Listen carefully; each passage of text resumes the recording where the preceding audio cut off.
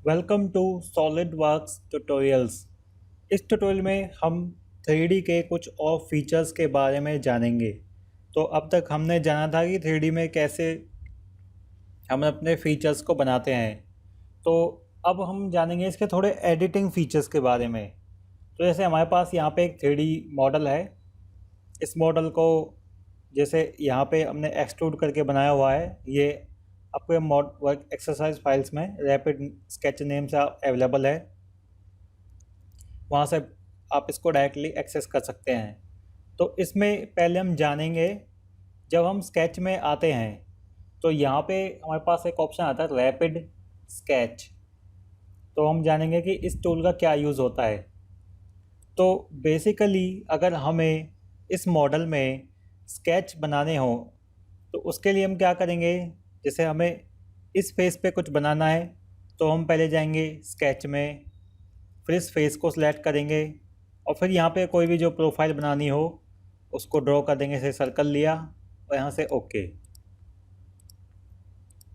Similarly जैसे इस face पे और कुछ बनाना हो, यहाँ से स्केच लेंगे, इस फेस को सिलेक्ट करेंगे और फिर यहाँ पे जो प्रोफाइल है उसको ड्रॉ करेंगे।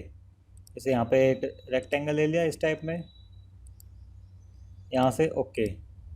तो ये प्रोसेस हमारे पास जो होती है एक टाइम कंज्यूमिंग प्रोसेस होती है कि हमें वन बाय वन फेस को सिलेक्ट करके फिर उसमें स्केच बना के उसको एडिट करना होता है।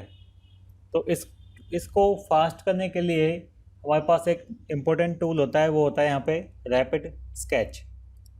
जैसे हमने ये जो स्केच ड्रॉ करे थे इनको करते हैं हम यहाँ से पहले अंडू। तो यहाँ से सिलेक्ट किया मैंने रैपिड स्केच। ओके, पहले हमको करना है इसको स्केच को एग्जिट। अब सिलेक्ट करेंगे रैपिड स्केच और यहाँ से लेंगे अपनी कमांड को। जैसे मैंने ले लिया सर्कल। अब जिस प्लेन पे भी काम करना हो डायरेक्टली हम जाएंगे उसी प्लेन पे और यहाँ पे कर देंगे direct sketch draw. Sketch draw dimensioning करी और ओके। फिर से जैसे रेक्टेंगल लिया, इस फेस पे लाना है, अब यहाँ से डायरेक्ट रेक्टेंगल लेंगे, इस पे कर देंगे ड्रॉ और यहाँ से ओके। और भी फेसेस पे काम करना हो, जैसे इस फेस पे इधर काम करना हो तो जैसे ले लिए सर्कल, यहाँ पे कुछ ड्रॉ करना हो तो डायरेक्ट जाएंगे स्पेस पे।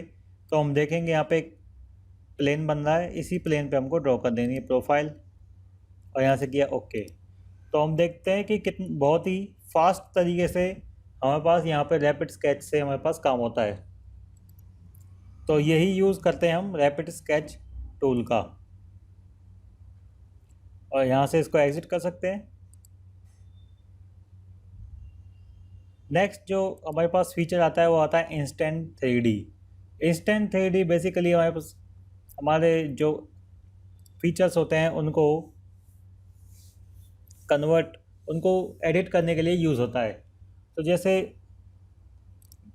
मैंने यहाँ से ले लिया, ओके, सेलेक्ट करा कट एक्सट्रूड को, ये जो सर्कल है इसको ले लिया, इसको कट कर दिया यहाँ से डाउनवर्ड में, एक होल ले लिया। सिमिलरली और भी फीचर ले सकते हैं हम, जैसे इस रेक्टेंगल को लिया इस तरह। तो अब जैसे मुझे किसी फीचर को करना है एडिट, तो यहाँ से लिया मैंने इंस्टेंट 3D और सिंपल जैसे अपने माउस को लेके जाएंगे तो वो फीचर यहाँ पे सिलेक्ट हो। जैसे इस प्लेन को सिलेक्ट यहाँ से सिलेक्ट करा तो इसमें यहाँ पे आ गई डायमेंशन हमारे पास और इसकी आ रही है एरो।